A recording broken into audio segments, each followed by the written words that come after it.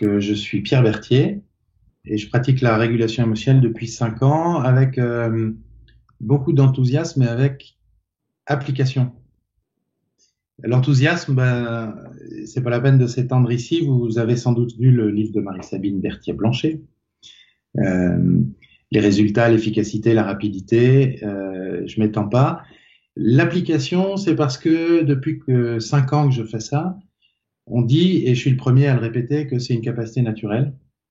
Alors, si c'est une capacité naturelle, le taux normal de réussite tend vers 100%. Je suis pas en train de dire que ça marche à chaque fois, mais je dis que ça doit aller vers 100%, un peu comme la cicatrisation.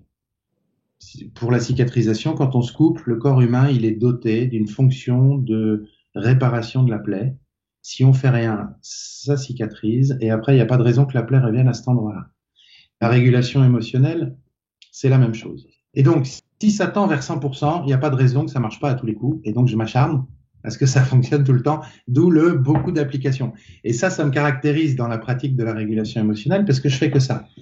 Quasiment 100% de mon activité professionnelle aujourd'hui, ça consiste à accompagner des personnes pour qu'elles activent leur capacité naturelle de résolution des perturbations émotionnelles. En fait, rien ne me prédestinait ou ne me destinait à faire ça puisque j'ai fait des études de commerce international. J'ai appris plusieurs langues et puis j'ai beaucoup voyagé quand j'étais jeune adulte.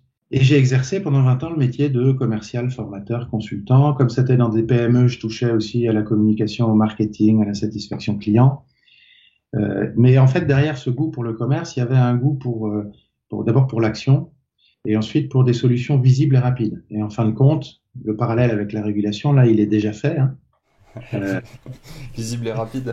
Voilà, les résultats visibles et rapides, l'enchaînement de situations avec des personnes. On se retrouve avec des personnes autour d'une situation concrète et on voit ce qu'on peut faire ensemble pour que ça aille mieux. C'est la même chose. Et en plus de ça, depuis que je suis enfant, je suis très intéressé par comment on fonctionne, comment l'être humain fonctionne, comment moi je fonctionne et comment je fonctionne en interaction avec les autres.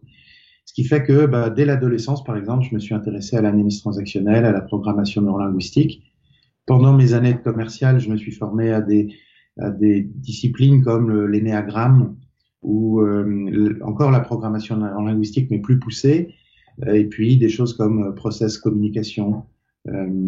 Et je trouvais ça super puissant jusqu'au jour où j'ai découvert l'hypnose ericksonienne d'abord, puis humaniste, et puis l'hypnose classique. Puis après, j'ai fait des cours de psychopathologie. Et là, j'ai vu quelqu'un sur scène à qui on claque des doigts, on dit dors, et la personne s'effondre et elle dort. Et je me suis dit, si ça c'est possible, je veux savoir le faire et il n'y a rien de plus important dans la vie. Alors, je me suis formé jusqu'au jour où j'ai réussi à faire ça. Et ce jour-là, j'ai découvert la régulation émotionnelle et là, j'ai arrêté l'hypnose. Il ne s'agit pas de les comparer.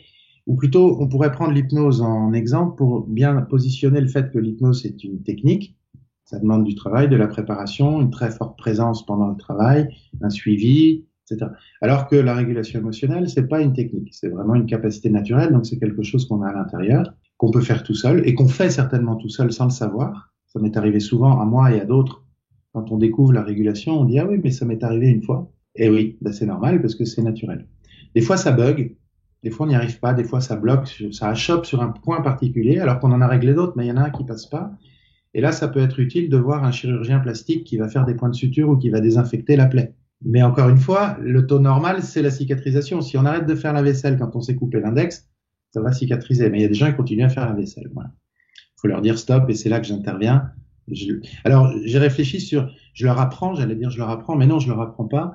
Je leur fais découvrir. Il n'y a rien à apprendre.